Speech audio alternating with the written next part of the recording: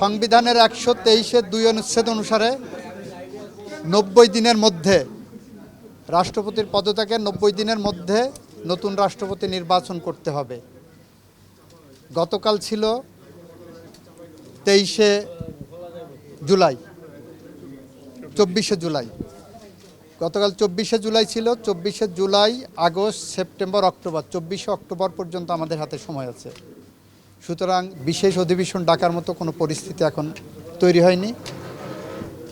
যেহেতু 60 দিনের মধ্যে আমাদের 15 জুলাই থেকে 60 দিনের মধ্যে আমাদের পরবর্তী অধিবেশন হওয়ার কথা সাংবিধানিকভাবে, আশা করি সেই অধিবেশনেই এটা নিষ্পত্তি করা সম্ভব হবে। স্যার, আরেকটা বিষয় যে আমরা আজকে জানতে পারলাম যে সাবেক রাষ্ট্রপতির বিরুদ্ধে একটি মামলা হয়েছে ঢাকার একটি আদালতে।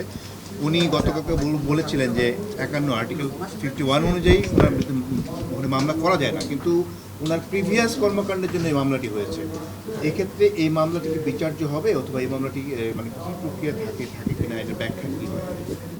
আইন যখন ব্যাখ্যার প্রয়োজন আসবে তখন ব্যাখ্যা দেওয়া যাবে। আচ্ছা sir, this is too early to make any comment. উনি যেহেতু ওই সরকারের সময় ছিলেন এবং সেই সময় যদি আপনারা যেটা বলছেন বা বিভিন্ন অভিযোগ, জুলাই আগস্ট আন্দোলন হয়েছে, মানুষ মারা গেছে, সেই সব ঘটনার জন্য কি ওনাকে কি না, রাষ্ট্রপতিকে এখানে প্রোটেকশন দেওয়া আছে, এটাতে রাষ্ট্রপতি প্রোটেক্টেড। তার রাষ্ট্রপতি দায়িত্ব নেওয়ার আগে যে অভিযোগগুলো আছে সেটা দেখা আমরা যাচাই বাছাই করে দেখব, সময় হলে দেখব।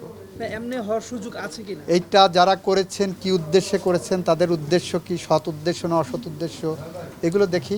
এই রাষ্ট্রপতির কথা বলছি না আর কি, এই যে কোনো রাষ্ট্রপতি দায়িত্ব নেওয়ার আরেকটু আগে ভালো করে দেখব। এখন কেন এই প্রশ্ন করছেন? আগে করলে ভালো করতেন। স্যার, সবশেষ প্রশ্ন হচ্ছে কে হচ্ছেন দেশের পরবর্তী রাষ্ট্রপতি?